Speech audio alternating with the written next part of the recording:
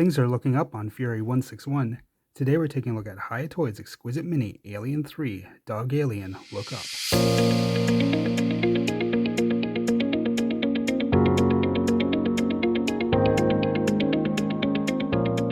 Welcome back. Now before we take a closer look at the dog alien here, a question for you down in the comments. Would you like to see an alien movie that ignores the events of Alien 3 and brings back Hicks and Newt and Ripley? I've always liked Alien 3, so I'm happy with it existing. I think it's an interesting idea for like a comic or a video game or something like that, but too much time has passed for the films to do it, in my opinion. Newt would be in her 40s. I'm not sure how old Sigourney Weaver is, probably in her late 60s, early 70s. I think the time has passed, but let me know what you think down in the comments. So we got our normal Hiya Toys packaging. A little bit of an awkward name for this figure, the Dog Alien Look Up. I'm guessing that's a bit of a translation error from the Chinese to English, but it's the figure that counts, not the box, so it's good. Alien logo on the side, pictures on the back.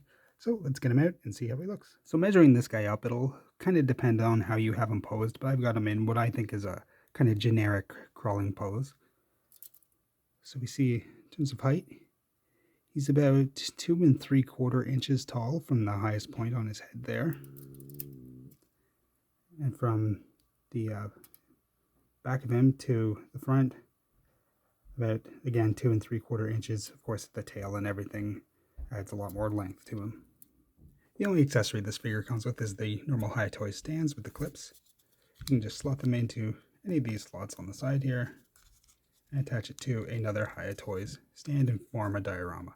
Although being a figure on 4 feet, it doesn't need a stand at all. It stands well on its own. It would have been nice to have the Queen Facehugger or maybe even the Bambi Burster from the extended edition of Alien 3, but we didn't get that, so that's alright. So looking at the figure itself, this is my second favorite alien design after the big chap, and I do like this version of him the best. The crawling was such a distinct feature for this alien. We did see a little bit of crawling in Aliens, just a shot or two, but this guy was on all fours most of the film and that, chasing the prisoners down the hallways and that, so this is my preferred version of him. As I mentioned in the other version, really excellent job on Hiya Toys' part. You can see the dome is just slightly transparent. You just get a hint of the skull underneath there. They don't go overboard and make it too clear. You don't really see any eye holes or anything on the front. Really, really nice job. Very restrained. Does have the articulated jaw with the removable inner mouth. Doesn't close too tight, but not too bad. You get these nice silver teeth.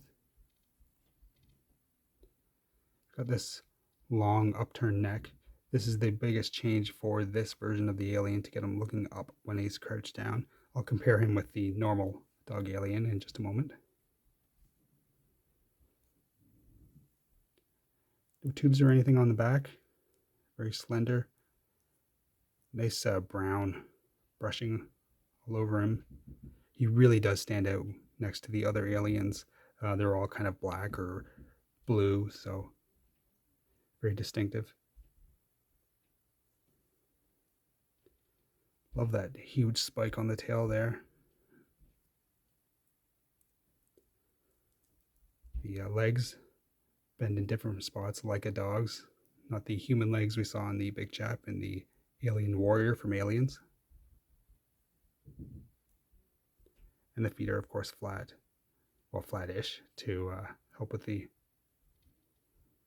crawling. Excellently looking figure. Really love the detail in this. Such a great design for the alien. Harkens back to the big chap, but it still has its own take on the figure. And here he is next to the normal version of the dog alien. As you can see, it's pretty well the same figure.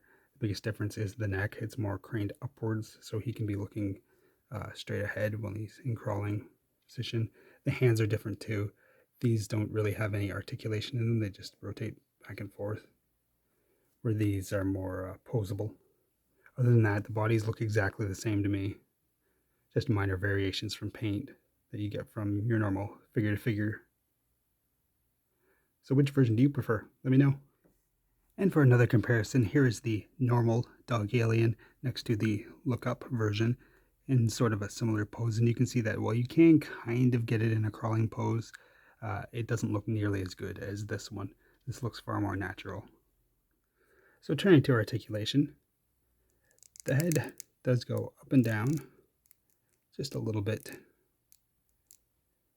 A lot of the looking up is going to be done at the diaphragm here. Just have a nice wiggle. Get a little bit of side to side, but not much. As mentioned, that jaw is articulated. The arms do rotate 360 degrees. You can raise them like that.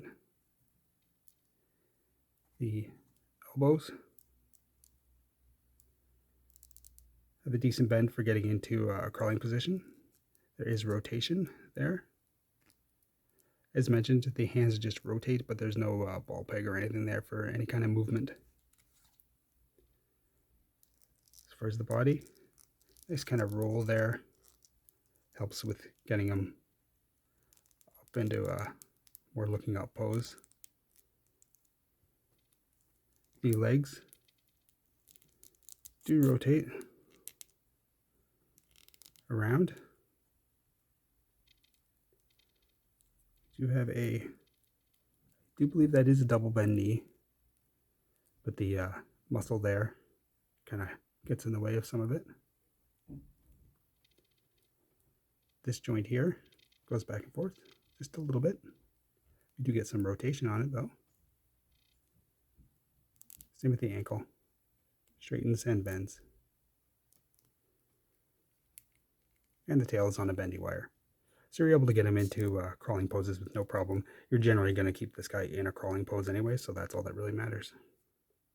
So once again, Hiya has delivered another amazing alien figure. I think no matter your thoughts on the film, it is a really cool looking xenomorph design, and this is one of the best ones they've ever done. The only real decision you have to make is, do you want the crawling version, or do you want the standing version, or do you want both like me? I have reviewed many other Hiya Toys Alien and Predator figures, and I have many more to come, so be sure to subscribe if you want to see those. But for right now, I'd like to thank you for watching, and I'll see you later. Bye.